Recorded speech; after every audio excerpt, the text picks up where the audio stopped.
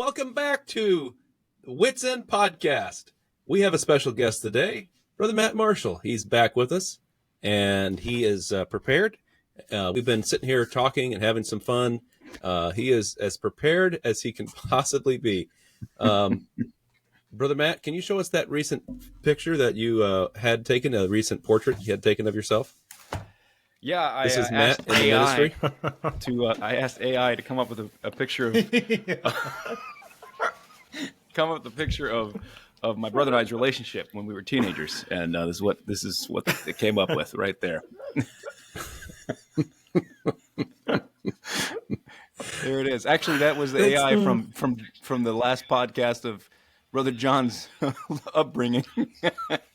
Yes, the ministry is great. Yes, that's oh my. Anyhow, yeah, I've been preparing for this podcast all day. all day. I gave him like 15 minutes notice. But Matt knows me. He knows I'm last minute Larry, and so we're gonna jump back into our narrative here in Genesis 3 because we've been talking about things, and there were some positive comments. People were interested in hearing about the testimonies and backgrounds, so I think that's good. Anything we need to say before we jump in?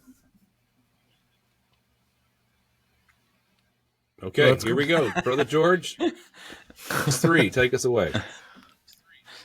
I've got a bunch of things going on in my computer, so it's stalling, so maybe it's better if you read it.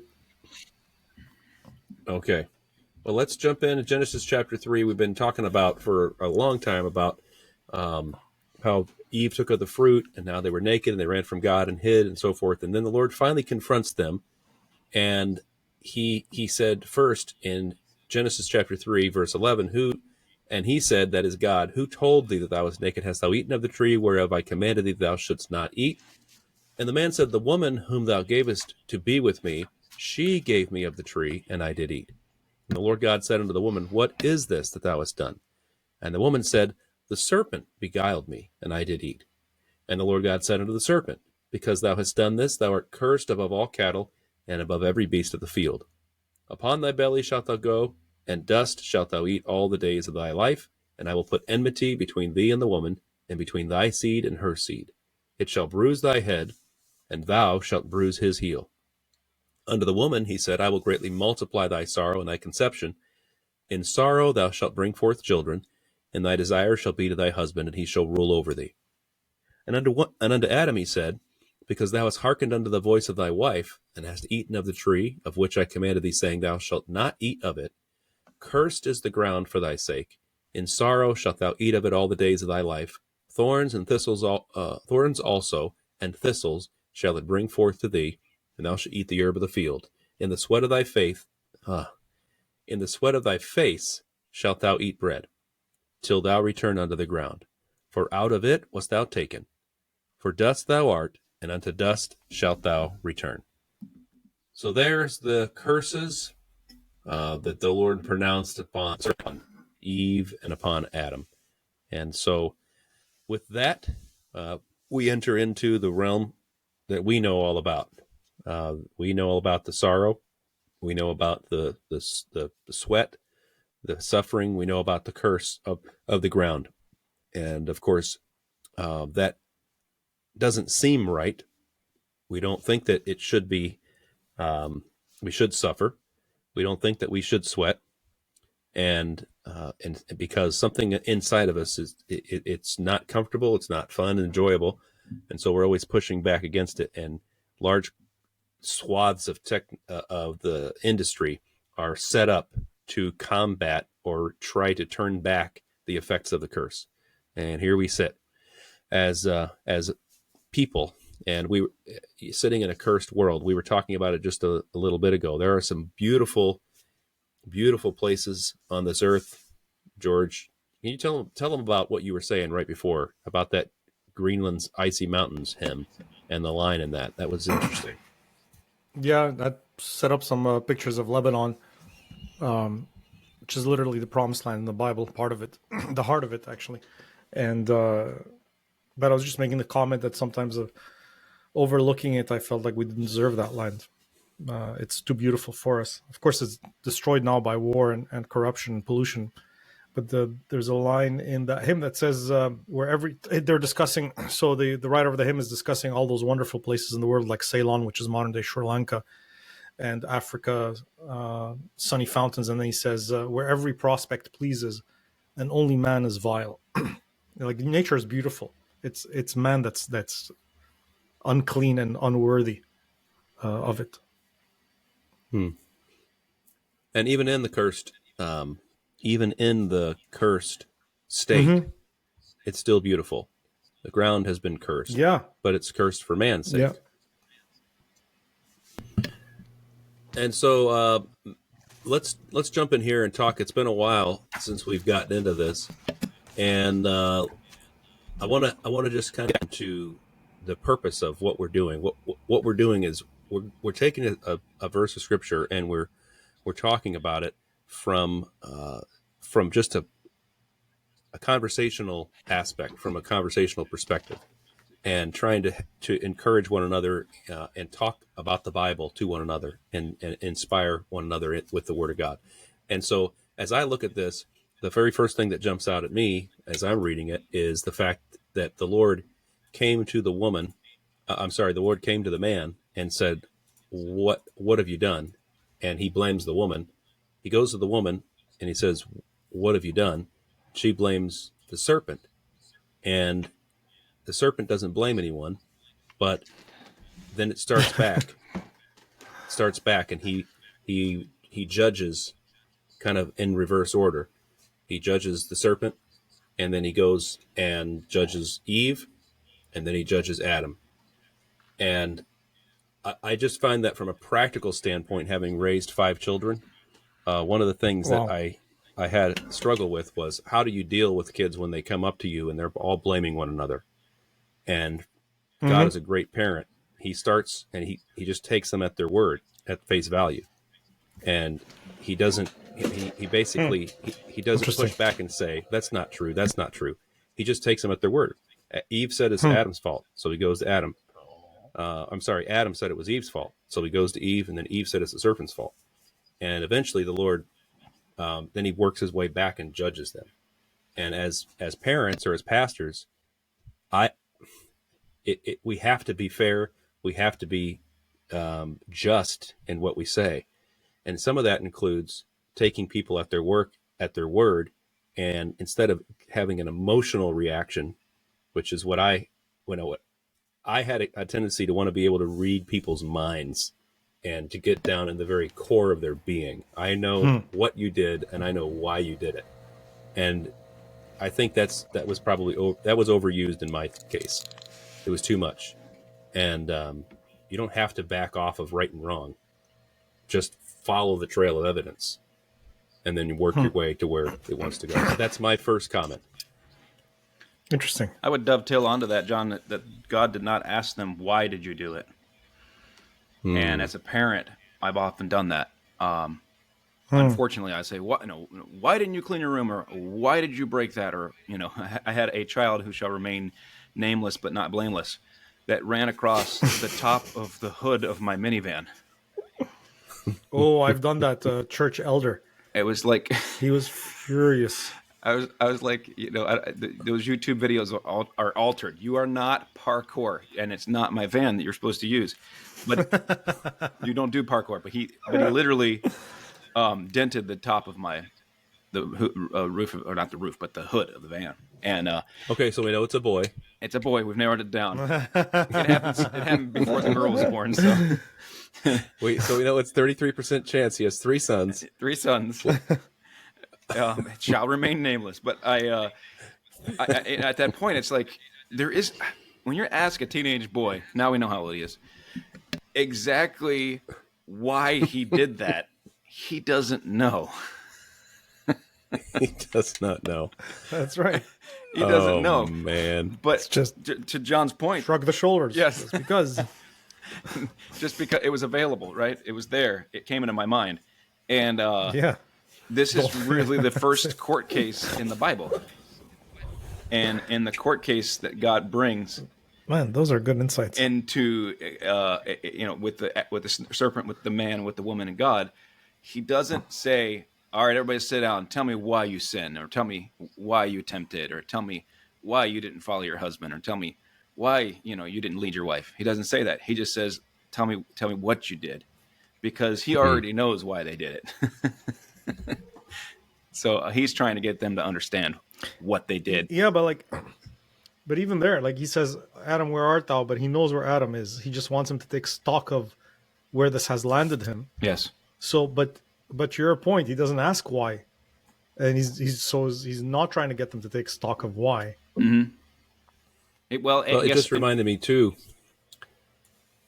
I was going to say, once they hear themselves say what they did, then they're held accountable for the action. And the problem with them is they would not admit what they did. They just said, "Oh, pass the buck. It's your fault." And that way, it totally relegates any responsibility, which is very, very common in my life and in our family's lives for sure.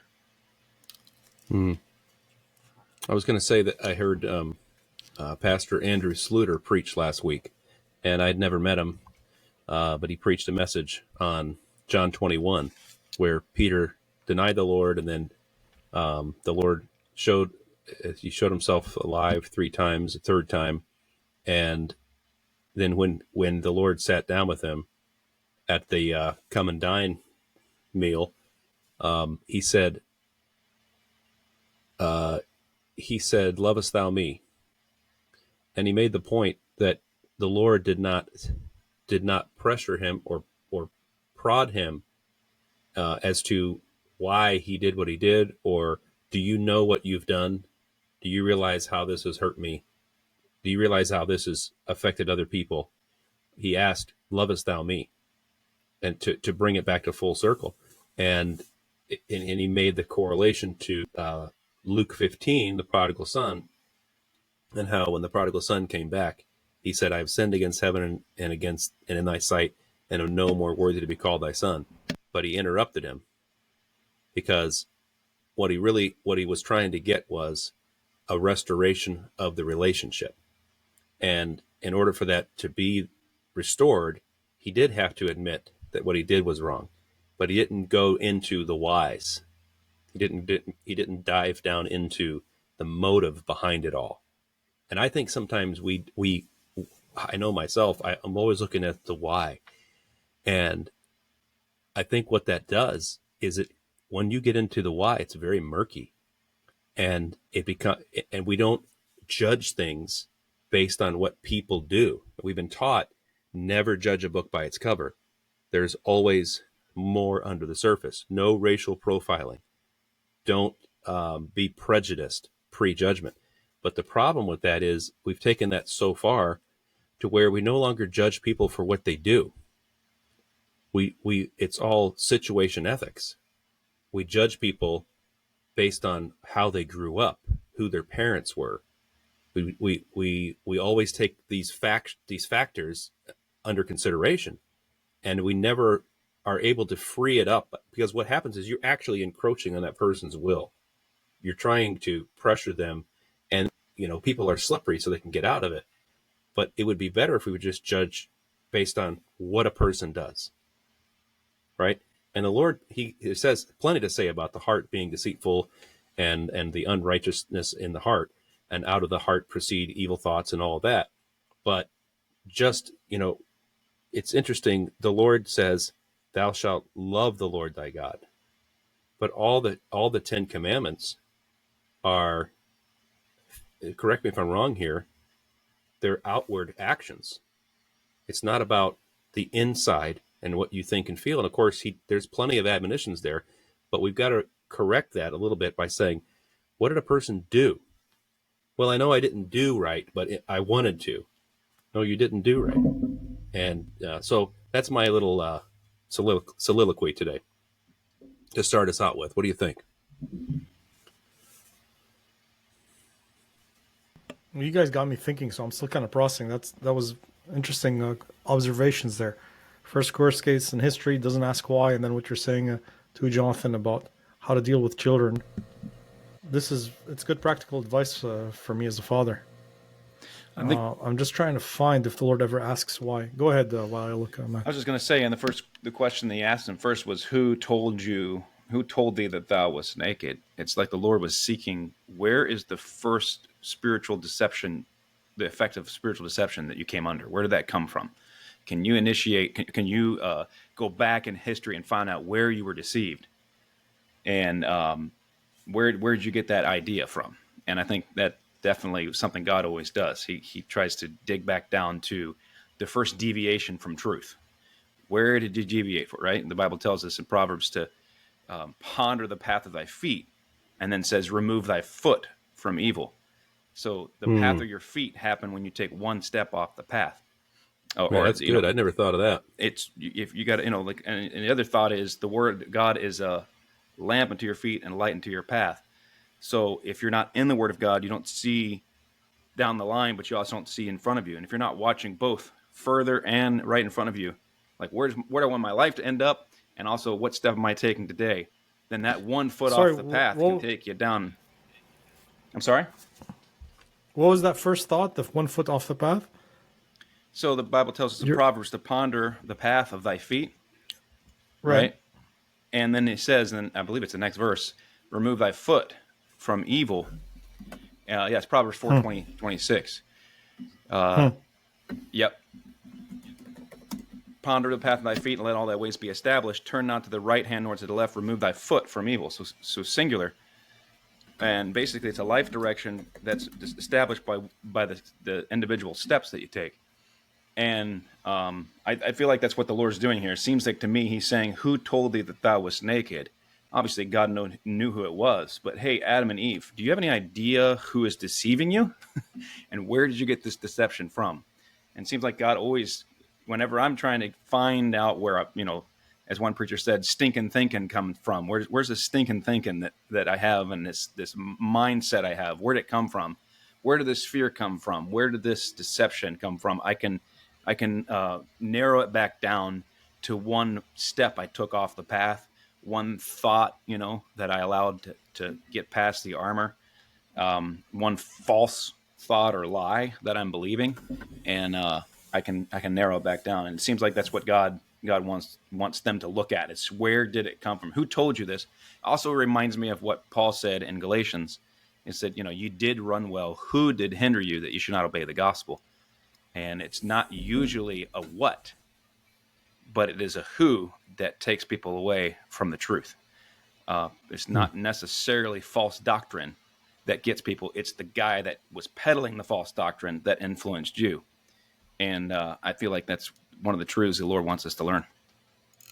Man, something else as you're saying that, Matt. That's excellent. Go ahead, George. No, I just want to say that's excellent. That's I think you made that point too last time, and I remember thinking the same thing. That's a really good point. I got to write that down. I hope I did. Well, when are you going to start implementing it, George? That's what we want to know in your daily life. There, exactly. You got to check out the YouTube channel. You have no idea what's going on right now. Oh, yes. This is me listening to George spit Bible facts. I'm just taking them. Here's something that's so interesting about this. When the Lord comes, Satan asked the question mark, first question mark in the Bible, Genesis 3:1. And much has been made about that, and I think with good reason. But God asks questions. God asks 1. Yep, I'm counting 2, them as you're saying them. Yep. 3, 4 questions in a row. That's that conflict resolution, or what we call around here courageous conversations. The Lord is confronting them, and how is He doing it? He's asking questions. And it's that sounds just like a crime drama when He says, "Who told thee that thou wast naked?" I never, Hey, my wife and I have been watching Columbo. Yeah. Oh, it's great. It's like, I never said it was a woman. You know? Yeah, that's it. Oh, and one more thing. Yeah. Oh, that's Well, yes. I'm thinking about in the life of Jesus when they would come and question him, he would say, "All right, answer this one, and then I'll answer your question." Mm-hmm. Yeah. Like, deal with this question first. Whether is greater. What is you that? Tell me. Is that the Socratic method? Yes. I believe. That was basically, wasn't it Socrates that was the great questioner? Dialogue and asking questions. Yeah. Mm-hmm. I think there's a lot there. I know myself. The first time I ever remember having a Bible study where I was Matt. You remember we were at Larry Bartlett's house, and we were all sitting around the table. Do you remember that? And I just remember being it was Prayer Baptist, right? Yeah. We're at his house sitting around the table, and he starts asking questions about this passage, and I still remember it. I think it was Simon Magus. You know, that it was it Simon Magus that was give me also this power, you know, something about how the one that had not yet received the Holy Ghost. And he asked questions, and I was like, Johnny on the spot. Answer. He's like, no, it couldn't be that. and I'm like, oh, it's got to be this. He's like, nah, it couldn't be that either. And I was just so... You were literally Johnny on the spot. I was literally. And I was a Johnny on the hot brother, seat. but I think the answer is... Well, the thing, I just remember it. I remember the confidence that I had in my answer. Because the way I was raised, you know, just coming up as... I thought I was a wunderkind, I guess. And, you know, I was like, I just knew. And I was way off. Oh, man. Yeah, the questions. That's a great way of investigation, because that's what Stephen Covey said in his book, 7 Habits of Highly Successful People. He says, seek first to understand, then to be understood. I've always liked that principle. I've rarely put it into practice. Seek first to understand, then to be understood.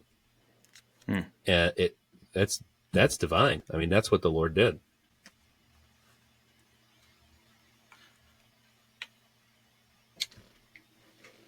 Absolutely.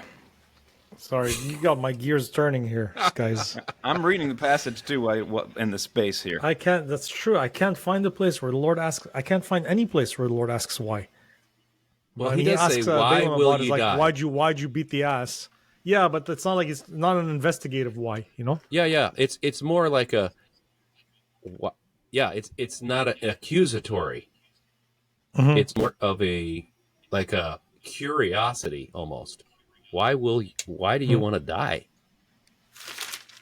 Yeah, he's trying to get him to reason. That's crazy. Facts. Did we talk about? I remember talking about the woman's curse. No.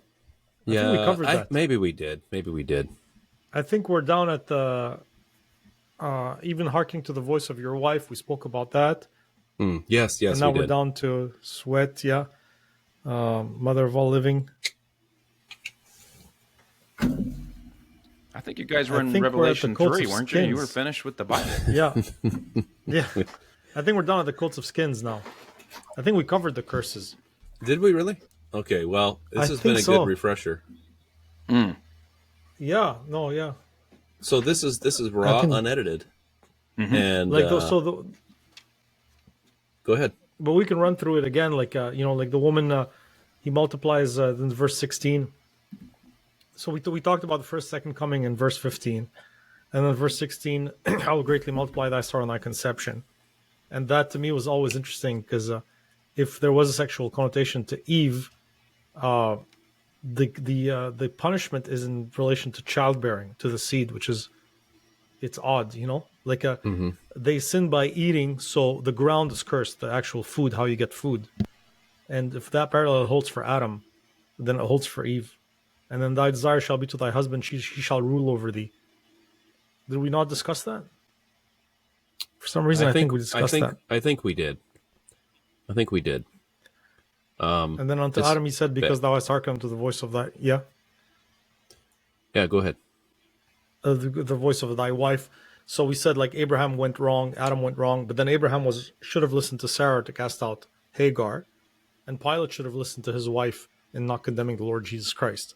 So you want to balance that out when you point that out, right? That we got in this mess because of a husband who listened to his wife, but Pilate would be out of hell probably if he listened to his wife. So, and then he says, "You think that? No? Okay, well, there it is. So we can pick it up from there." Okay, keep going, George. You're on it. Okay, so he says, "Because you've hearkened to the voice of thy wife." So, as I said, there's that was wrong for Adam in Adam's case, and kind of the choice that everybody faces, men tend to face is the girl or the Lord, and he picks the girl, and he loves her and everything, but he should have loved the Lord first. They might have been a way. I'm pretty sure, knowing the Lord, I think if Adam had put God first, there would have been a way to redeem Eve, and you know that because even when he doesn't put God first and he falls along with her, God still clothes them with coats of skins in verse 21. So if Eve is redeemable despite the fallen Adam, how much more so with the non-fallen Adam? You know, the Lord could have done something to save Eve somehow. Well, you know what? Interesting. That's interesting. I never thought about it. This is very conceptual, but if you had a perfect man, if you had a sinless man and a sinful woman, about that too. What would be the obvious solution? It's obvious to us now, but it would have been Adam dying for the sins of his wife. For her. Right. So she can live on, yeah. I never thought of that. I've heard the idea that God could have, if she had died, God could have created another woman for him. Yeah, but I've never thought about that because that's literally what the second Adam was, a sinless man dying for a sinful world. Yeah. Or if he married her, like if they had, what would have happened if they had begotten kids? Would all the males be born without a sinful nature, but all the females born with a sinful one? And you kind of have a hint of that in Leviticus 12, where the woman that bears a son is unclean for 40 days, and when she bears a daughter, she's unclean for 80 days. Well, granted, this is like super speculative, but that's what we're about. So you know it. That's what we built our entire ministry on. It's hyper speculation. Oh man, speculation's end.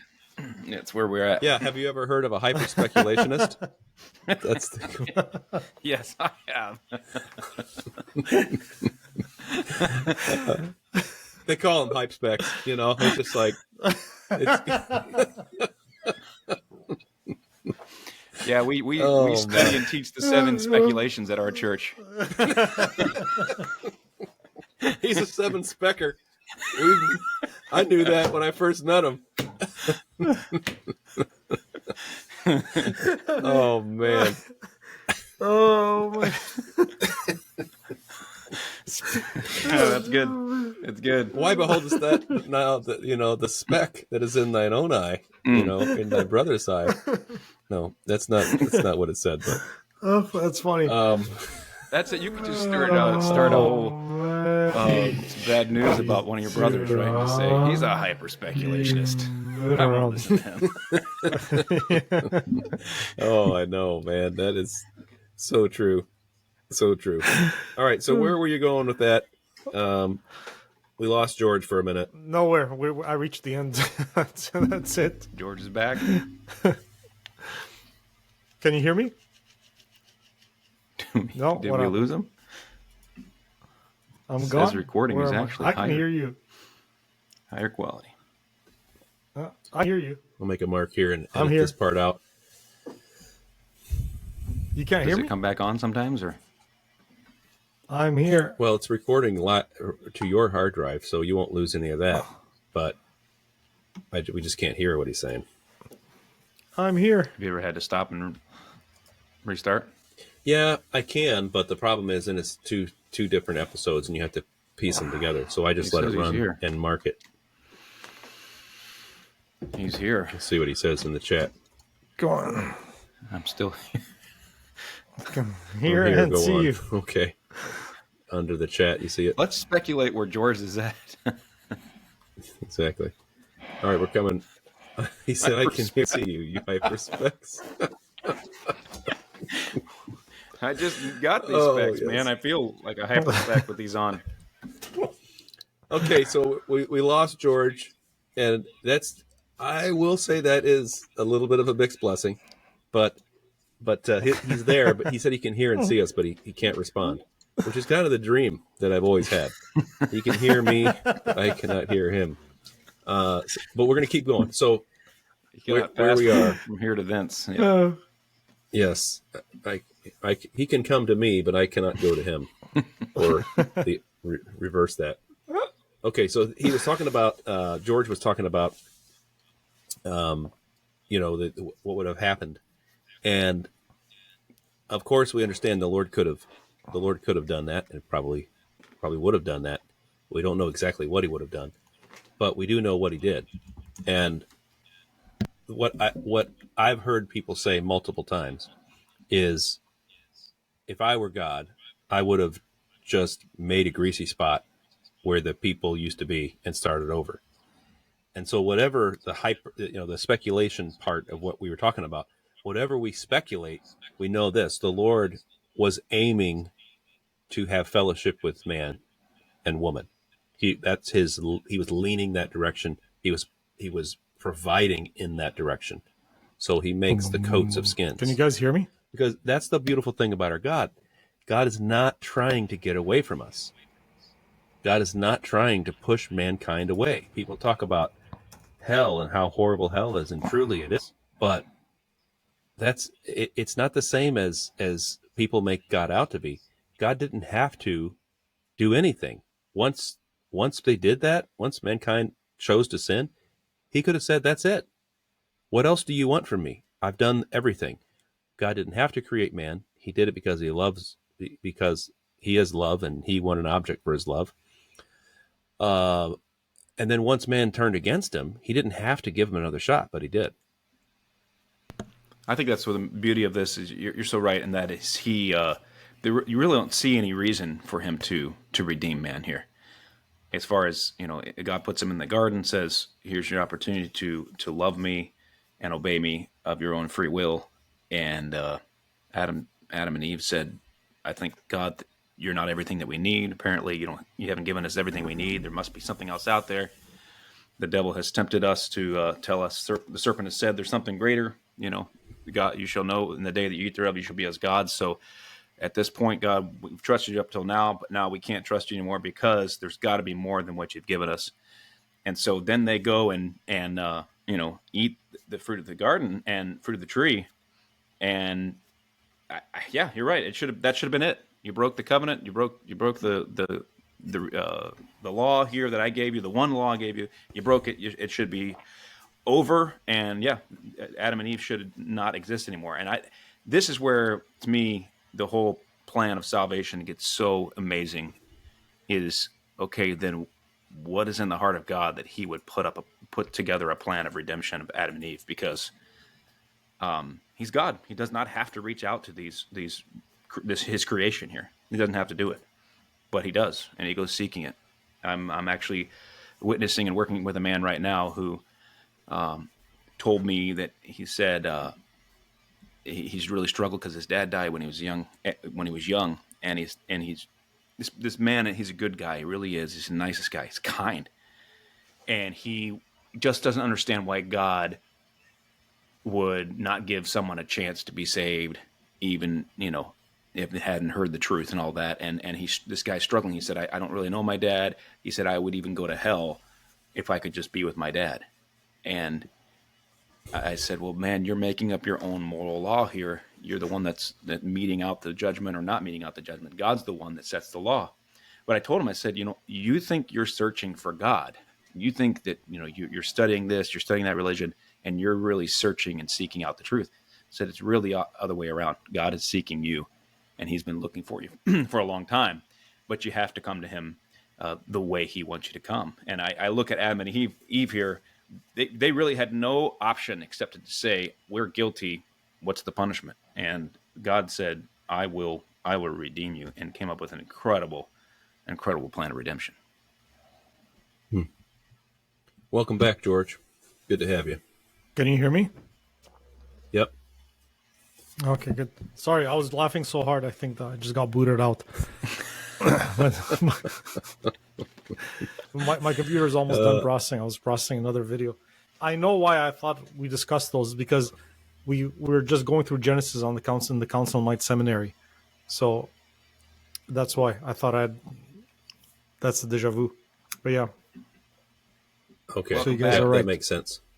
Hyper speculationist. Yeah. I like that. We need to use that. Yeah. Oh yes, my friends.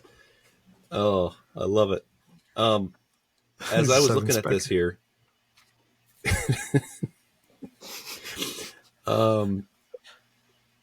I saw. Have you seen that meme that talks about the difference that air conditioning has made around the world? No. You can see Dubai is one. I think New York is another. And basically, if you look it up, you can actually find they say that the skyscrapers grew in connection with air conditioning, because of the fact that you didn't have any ability to control the air. So now you've got these people. Now, I haven't studied this out. This was a meme that I saw, and it shows, before air conditioning and after. Have you found it, Matt? You see it? Or are you looking at something else? I'm sorry. I don't know how true that is, but I will say I know mankind has been pushing back against the curse, right? And so the idea is, if we can remove that, then we're no longer under the curse. And in some ways, it's true. But if you think, if that is true, that air conditioning is what enabled skyscrapers and cities to be built, I don't think it was God's idea for mankind to come together in a packed, tight place. Because where do we learn about sin? Most of the time, we learn about sin from other people. And in American culture, people never saw, the first time anyone ever saw any type of homosexual activity, it was on television. It's something that somebody taught us. And when you put people together, sin increases. And I just thought it was interesting, and pushing back against the curse by trying to get as many people in as possible. You build these skyscrapers and you rent it out to businesses and to penthouses, and you know what I mean? And that was an interesting connection to me. And the one insistence that we will not be brought under the curse.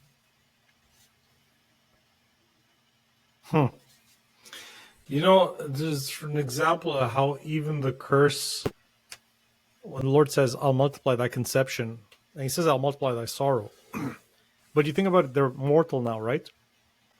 So it seems that the Lord would have worked an increased rate of birth to countervail the mortality rate. Because if you don't do that, if you don't balance that out, then the human race would go extinct. So the punishment of multiplication of the conception is also the means of the reproduction of the continued existence of the human race. Isn't that just like the Lord? He his punishment is also corrective, not just punitive. Like we sweat. Sweating helps you live longer. It's a curse, but it's good for you. It's so typical of the Lord that's something we can learn too as parents from him, that the punishment also has some kind of redeeming element to it. Man, that's really good. That's really good. I remember reading a story from Cheaper by the Dozen, the story of Frank Galbraith, I think his name was. And he had 12 kids, and very entertaining book to read. Not a Christian book. You got to be careful. There's some language in there, here and there, but just a very interesting, entertaining book. And he talked about how what he would do for projects around the house.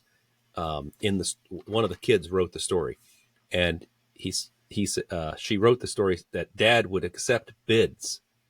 He would accept bids on things around the house, and normally the lowest bid would win, and he would pay them.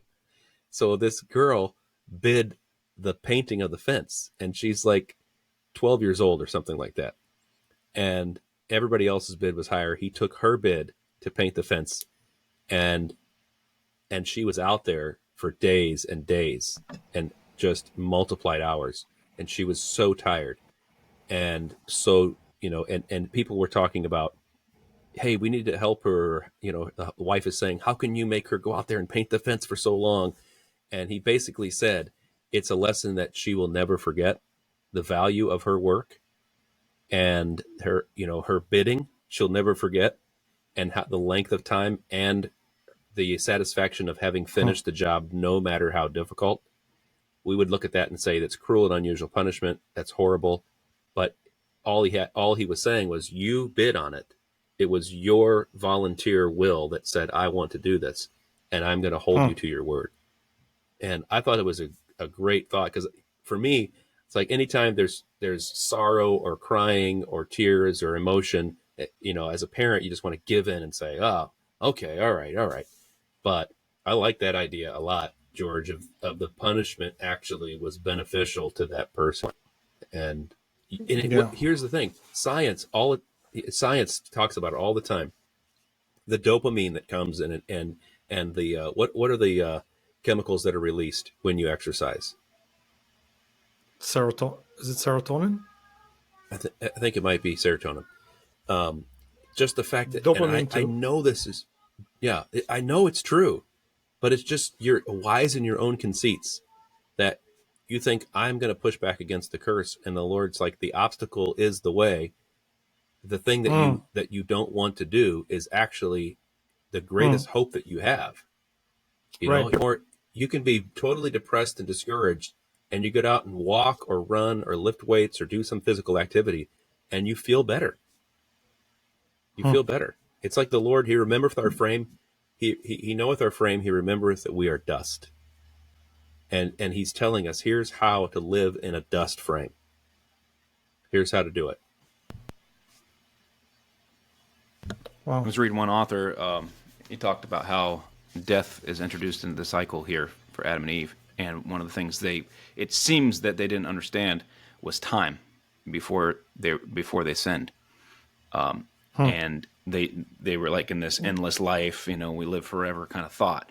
And when they took the fruit and ate the fruit, that time was introduced. And so then dust to dust is the cycle of birth, life, death.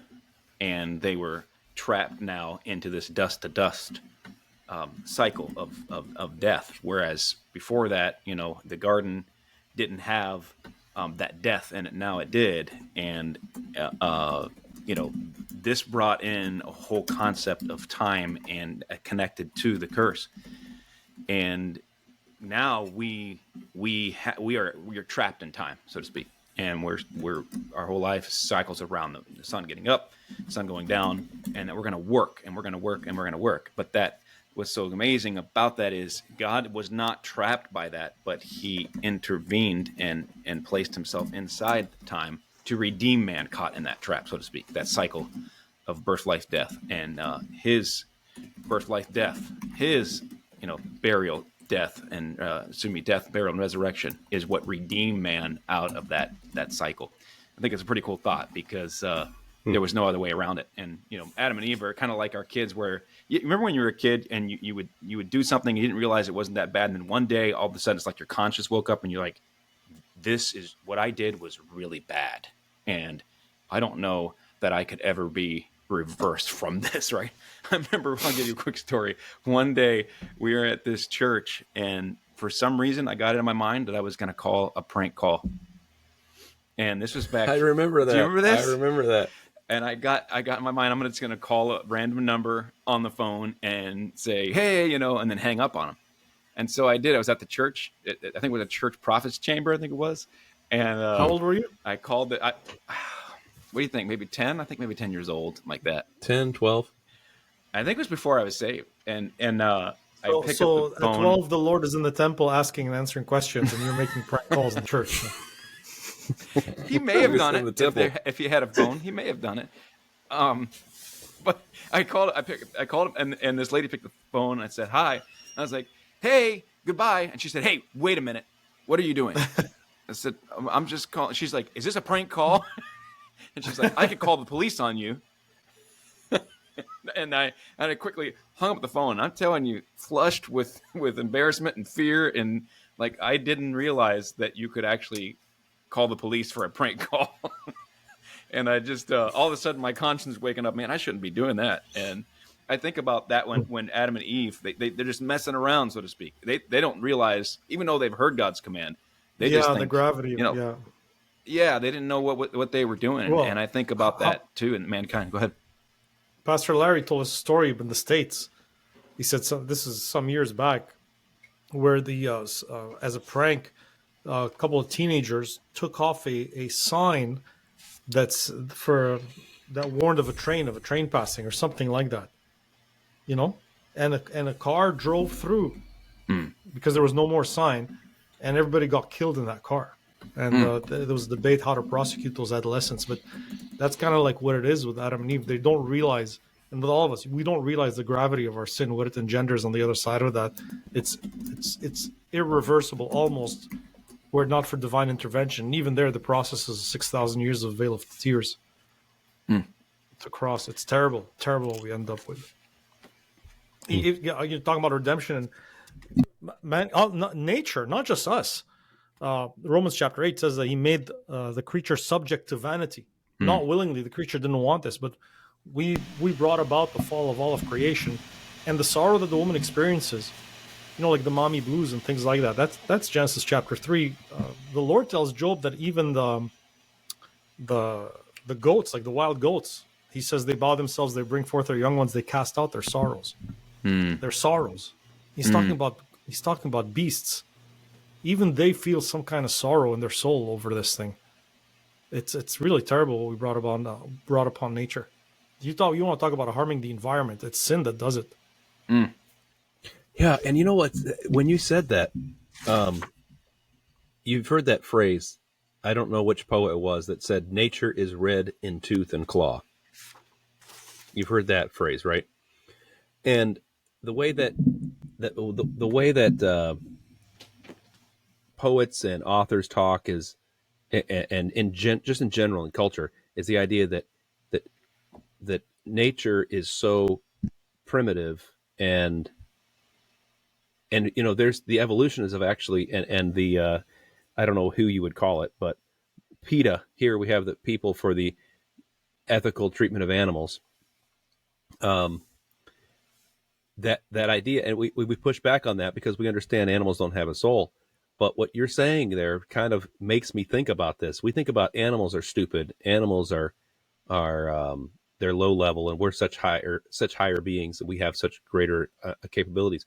But if you think about it, they're undergoing the curse for which they did nothing. They did not deserve what they've been given. We deserve it, but we think, oh yeah, they're so stupid. But they're having all kinds of problems. Their nature is red in tooth and claw because of man, not because of themselves. They're not biting and devouring one another and destroying one another because of their own nature. They're doing it because of the curse. Correct. I was just talking about that.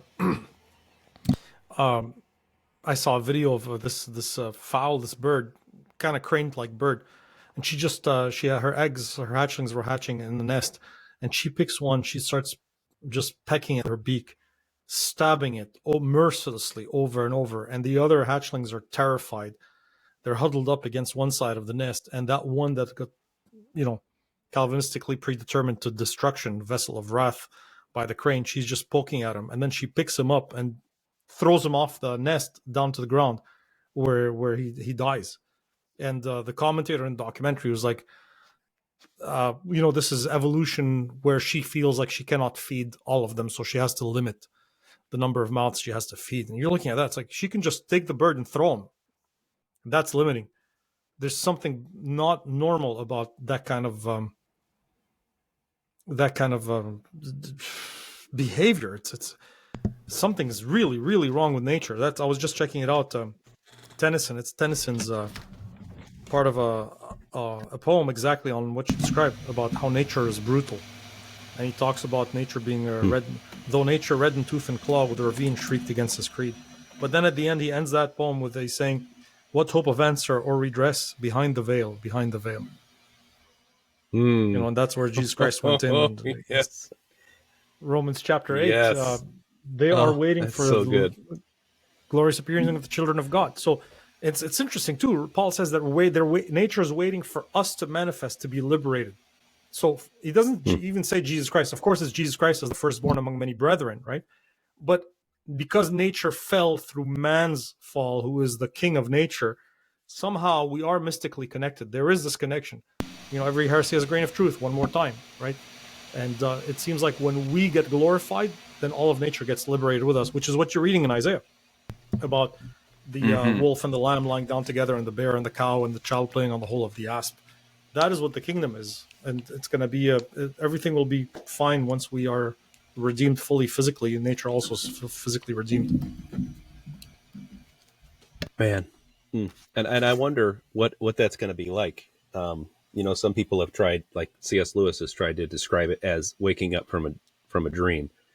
And like, I don't know where I was. I don't know what I was doing. And I just imagine, you know, the wolf waking up and realizing, I don't know why I've been so mad and so violent this whole time. And now suddenly his nature has changed. He just wakes up, and, you know, I wonder how much of the creation will wake up. Like, you know, when the Lord turned the captivity of Zion, we were like them that dream. Oh, and I think that's good. You know, I don't know if that's the reverse of what I'm saying, or if it's we enter into a dream, or but we get you. Yeah. But that idea of the two realities. You know, when you're asleep, it seems very real, and stuff happens that, like, oh yeah, that's how it is. You know, and under this curse that we live in, it's like, why would anyone do that? And yet we know why. It makes sense in this reality. Well, you know that hymn, when ends, there's this line there, when ends life's transient dream. Mm-hmm. When ends life's transient dream. You know, when doth's cold sun stream shall over me roll. I was telling the church, I'm like, because when the Bible talks about the former things shall not come into remembrance, right? I think we're going to have a heart, and Psalm 22 at the very end was a crucifixion psalm, and there's a seed that is accounted to the Lord for a generation.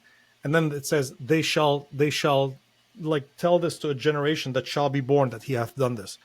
And that's basically a setup for history's lesson at the conclusion of history, out in the ages to come, from the millennium and then the ages that are coming after that.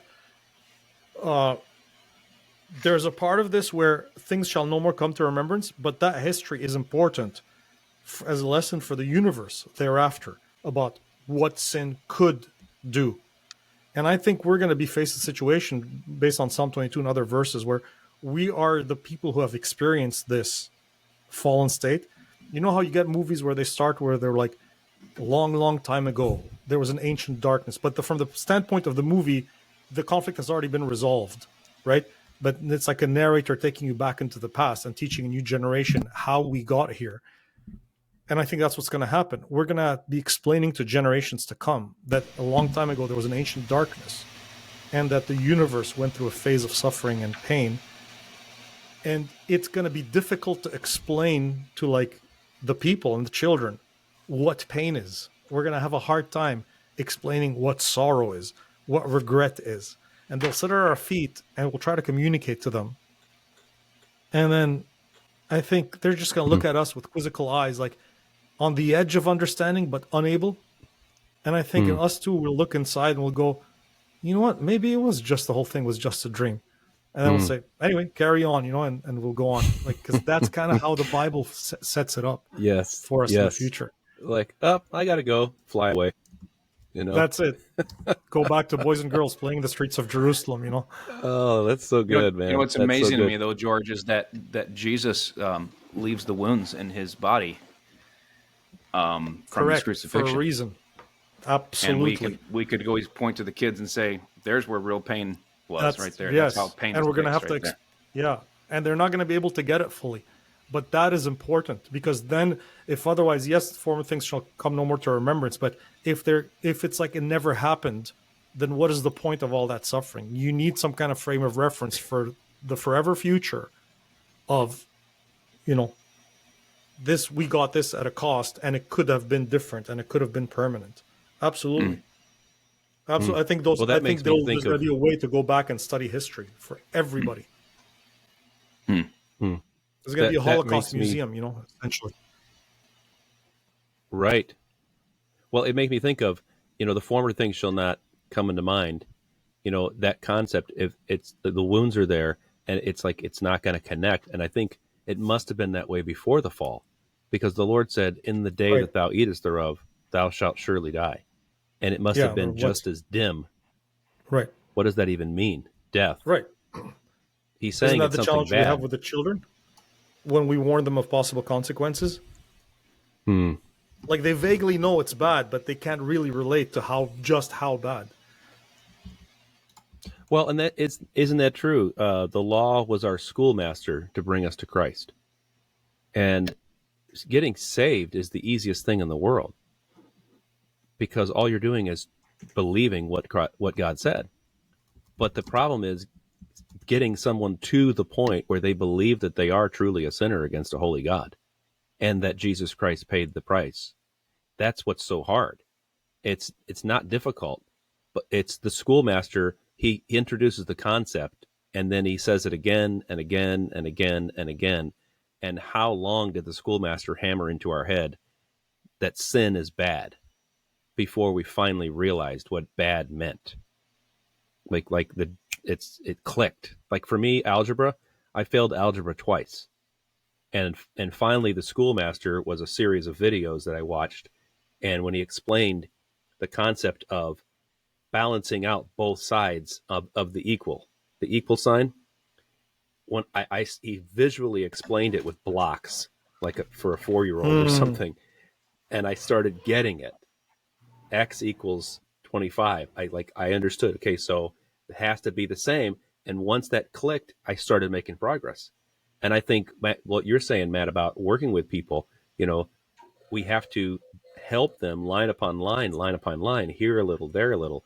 And instead of, I told them, look at how painstakingly the Lord introduced the law to the nation of Israel, and how he introduced himself and who he was, and how he progressively unfolds and reveals himself down through the millennia before he gives us a completed revelation. And even still, we don't get it. So I'm the sitting Lord here is looking, very kind in teaching us. I'm running some verses about this sorrow and joy thing, and trying to explain in the future, with all the former things passed away. Jesus said there in John 16, a woman, when she is in travail, hath sorrow, because her hour is come. But as soon as she is delivered of the child, she remembereth no more the anguish for the joy that a man is born into the world. And I think about, where Paul said, Jesus, the author and finisher of our faith, proved the joy that was set before him, endured the cross, despising the shame, sat down at the right hand of the throne of God.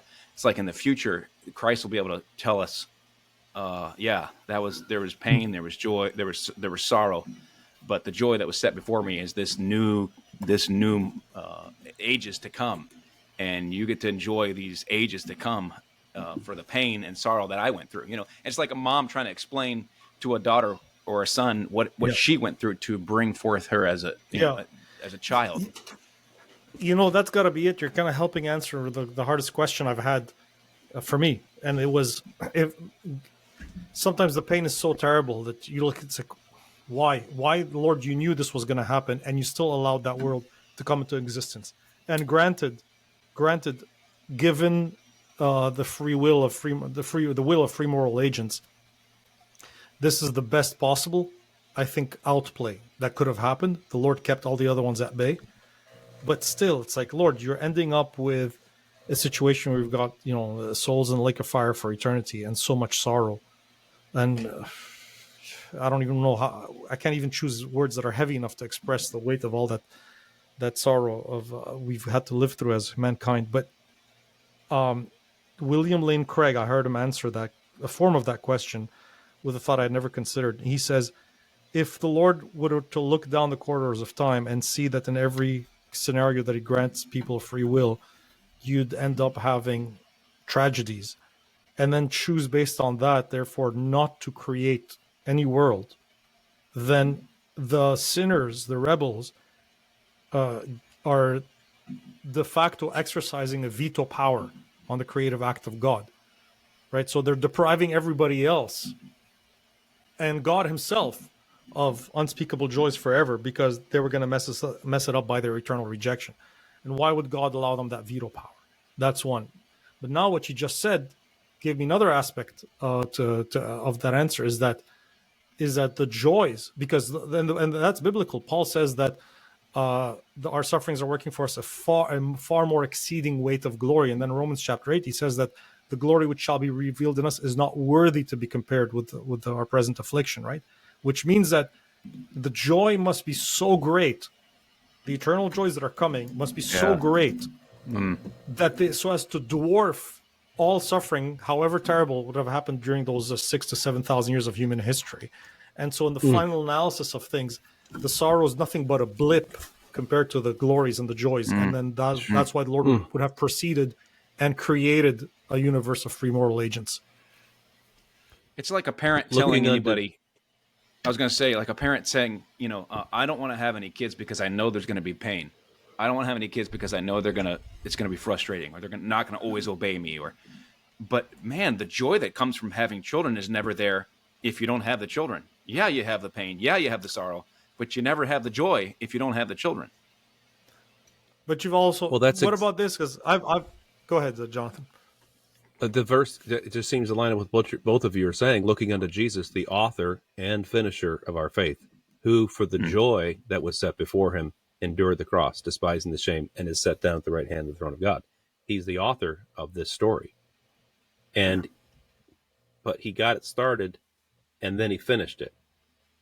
So it's like, choose your own adventure, mankind, whatever you want to do, because I'm going to take care of this thing, and I'm going to write the end of it. So whatever story you write, then go for it. That's great. In between, and I'm going to endure because I know the joy that I am going to have at the end of this thing, because I'm the author and finisher. So that's a really nice point. I gotta remember all these things, man. There's too much to write down. But let me challenge something, Matt, a little bit. You've ever heard the expression that you're only as happy as your saddest child? No. As a parent? I've heard that. I heard that once. It really live that. No, I'm just kidding. You're only as joyful as your worst child is doing, Okay. Like, if you had 10 kids, 9 of them are doing wonderful walking with the Lord. If there's one who's not walking with the Lord, that sorrow kind of overweighs, vetoes all the other, cancels out all the other joys. So I would be that kind of person. Like, if I knew that if I have 5 kids, one of them is going to end up in the lake of fire. Every day of the week, I would choose not to have 5 kids. But the Lord went ahead with it anyway. I don't know. I was listening to a sermon the other day by Brent Logan, and he was quoting a debate, an apologist debating an atheist, and the atheist posed that question. Why would God create us anyhow?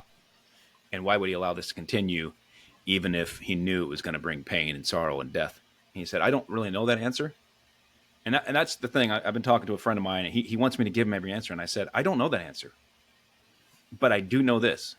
He intervened himself into the problem. He interposed himself into our issue. And you say, well, why did he allow it to happen in the first place? I think at some point we have to back up and say there are things in the mind of God that we're not going to understand. But what's even harder for me to understand is that God, like John was saying here, didn't walk away from Adam and Eve and just make them a grease spot. Why did he stand around and talk with these people that thumbed their nose at him? Why is he even talking to the serpent? Why doesn't he just annihilate the whole thing and restart? I don't know. I just know that there's love. That's the only thing I can understand is try to fathom the love of God in this passage, that he would not just say, okay, you're the problem. Okay, what'd you do? You did wrong. Okay, what'd you do? You did wrong. You guys know you are wrong. You guys got this figured out. Okay, squash. To basically show his power and the fact that he's the judge of all the universe.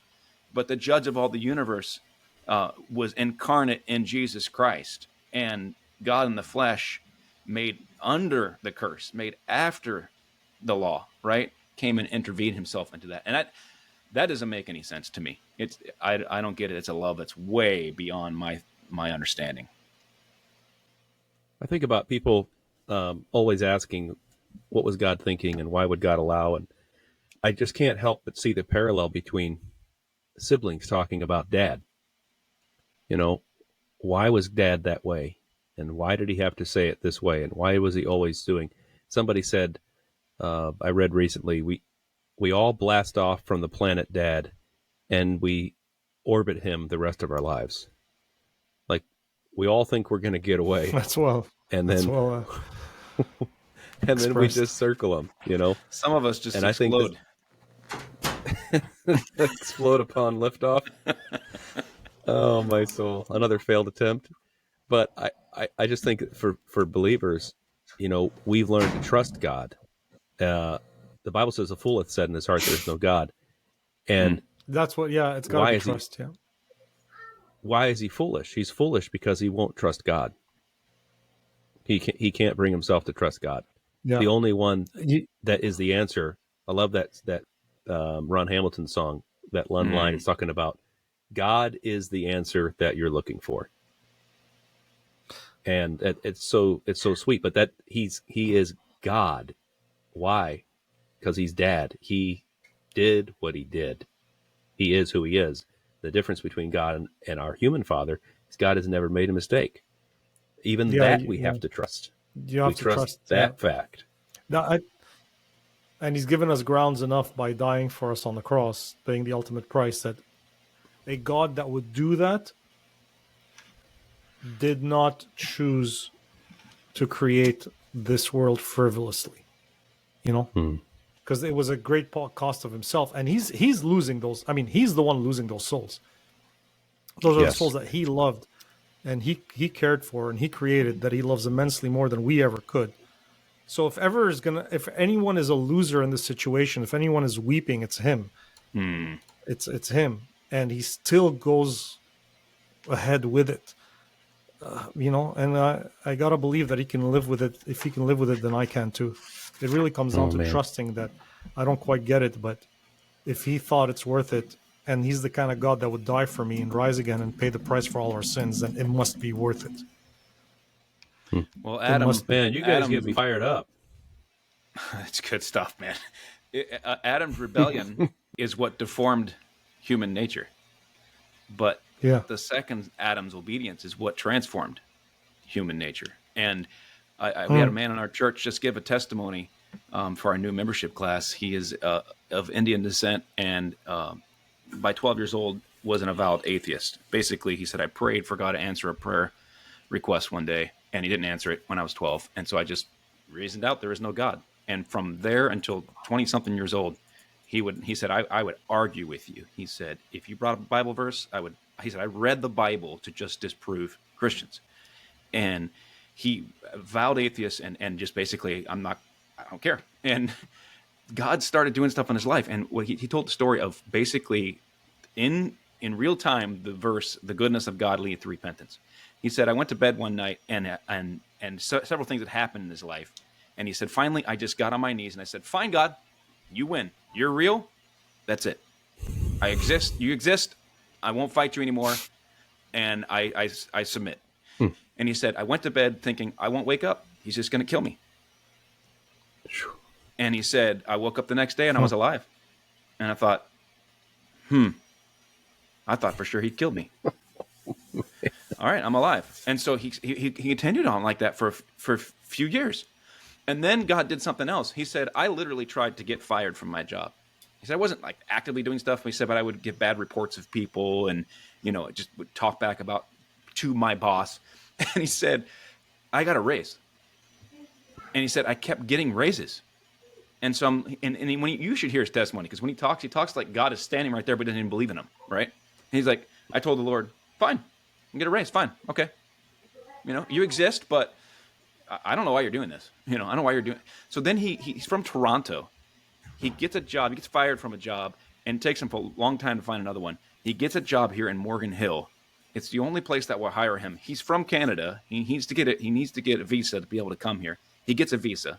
He comes to Morgan Hill, and he said, I get off the plane. I look around in California. I say, okay, God, here I am. What do you want? And he said, I knew God gave me this job. And he said, for 3 years, he did not answer me. And like, wait a minute, I thought you didn't believe in him. But the goodness of God is leading him to repentance, right? So he's just following the breadcrumbs, thinking, I should have died that one night. I shouldn't get these raises. I shouldn't get this job. And so he's here in Morgan Hill for 3 years. So what does he do? He starts researching online. He reads Rick Warren's Purpose-Driven Life. And he said, I read that he was kind of a Baptist, had a Baptist connection, so I started researching the Baptist. And he's like, I found this group of people through another blog that believe the Bible just as written, changing nothing, adding nothing. He's like, no way. There's no way that these people live after this, right? He says, I researched it out. I found out it's independent Baptist. So he says, I get on Google, independent Baptist in my area. And there's a church north of us, and and our church is south of him. He lived in South San Jose. He said, it's equidistant, same distance. The only thing is, going to the south is less traffic. So he says, I come to Shadow Mountain Baptist Church because there was less traffic. And he shows up. It's an amazing testimony. He shows up for 2 weeks. He comes to church, and he's not really engaged, but he's listening. Finally, he meets with the assistant pastor. The assistant pastor tries to help him out, and he said, I gave him the clearest presentation of the gospel ever. He said, okay, that's good. He said, there's only one problem. And the assistant pastor says, what's the problem? He said, I don't believe any of it. He says, I understand what you said. He said, I don't believe any of it. And so finally he says, this assistant pastor is not doing the job. I got to talk to the senior pastor. And so he emails the senior pastor. He sits down with him, and he says he starts walking through the gospel with him and restrictions and your reticence to the gospel. And he said, he's witnessing to me. He's using one of his sermons he preached. And all of a sudden he said, how you have this out of body experience where you're just jump back in time and you're listening to a person, but you're not engaged. He said, all of a sudden I was jumped back in time to this last week where I took directions from a guy to get to some location. He said, I stopped at a gas station, asked the guy for direction.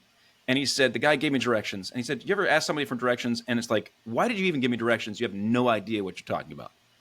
And he said, this guy gave me the directions. I ended up in the wrong place. So he said, I'm having this whole conversation in my mind while the preacher is is testifying to me, is witnessing to me in his office. And he said, God said to me, you mean to tell me you're going to believe some random guy's directions? Just trust him, just believe what he said, and you ended up at the wrong place? You're going to believe him, but you won't believe me? And he says, I'm listening to the pastor speak. All of a sudden, boom, I engage back into the conversation. He says, okay, I'm ready now. and the pastor probably thought it's his brilliant expose of the gospel, exactly, as opposed to the assistant pastors. He's like, what do you mean you're ready now? He's like, I believe it. I believe it, And he accepts Christ as his Savior. And I'm telling you, his guy's name is John Matthew. He's given it twice. I've asked him to give testimony for our new membership class because I want people to hear it. And I cannot stop crying when I hear it because I think about the goodness of God to reach out to this man. This guy has lived all over the world because his dad was like an assistant ambassador of India. And he'd been all over the world. And so many different experiences, and God's going, yep, I know where you're at there. I know where you're at there. I'm bringing you here. I'm bringing you here. And boom, this is where you're going to respond to the truth. I think about John Matthew when I look at Adam and Eve and how God intervened in their life. And it just waits and keeps prodding and keeps massaging that truth and that doctrine. And I thank the Lord he reached down to me too, found me where I was at. Amen. What a blessing. Isn't that a good testimony? Man, that is phenomenal. Yeah. That's phenomenal. Well, guys, we're here at almost an hour and 15 or something close to that. And I feel like it's a good place to cut off. Man, what a blessing. What a blessing to hear from you guys are getting my my wheels turning. So we'll do our last round here just so people can tack her down real good. We'll start with Matt. You want to start and close? Anything else you want to say as we close? Really, honestly, I think I said it, but I'm so thankful that God intervened in this world, even though we had messed it up. I remember at times as a kid when I knew the punishment that should have been meted out for me. I was told the punishment. I was told what I had done wrong. I did disobey, and then every once in a while you got that mercy from your parents that you didn't deserve, and it always reminded you that your parents did love you. They want you to do what's right. I think about God and His mercy, His great love, wherewith He loved us, even we were dead in sins, hath quickened us together with Christ by grace. Ye are saved. And I'm a part of that curse just as much as Adam. I would have done the same thing, maybe even worse. But I'm thankful that Jesus Christ reversed the curse through the Lamb of God. Amen. Amen. George? You guys know what ophidiophobia is? Fear, paranoid fear of snakes. And I think that the women's paranoia of snakes, I think it goes all the way back there. Genesis chapter 3. It's an interesting thing, when you turn to Revelation 12 and you've got a serpent trying to harm a woman and her seed. Revelation 12, right? The dragon, the great serpent, the old serpent, actually he calls him. And your Bible opens with a woman and a serpent and a seed. It ends there. I think next time, because we should talk about thy desire shall be to thy husband, he shall rule over thee. Female psychology 101. That this is. Do you think you guys we can get our wives in? We can try. That We've would tried be the before. most epic podcast of all time. Maybe if we read that verse to them, thy desire shall be to thy husband, and he shall rule over thee. Will you come on the podcast? That's right. And say otherwise. Oh, it's so good. I think it would be. I think it'd be great. I mean, our wives I'm definitely gonna try to temper convince us. Sally again. Yeah, see if they would come. It'd be really nice. It'd be cool. Bring in a female perspective on this. So if you're listening here and you think, yeah, they should come on, we want to hear from them, you can send us an email at witsendguys@gmail.com and or any other question you might have. We have a question we've got to get to next time from Garrett Johnson. And so we'll try to do that. witsendguys@gmail.com. Thank you for being on, Matt, today. It was a lot of fun. We enjoyed it. Yeah. Thanks You for should having come me on, more guys. often. Just let me know. I'll clear my schedule.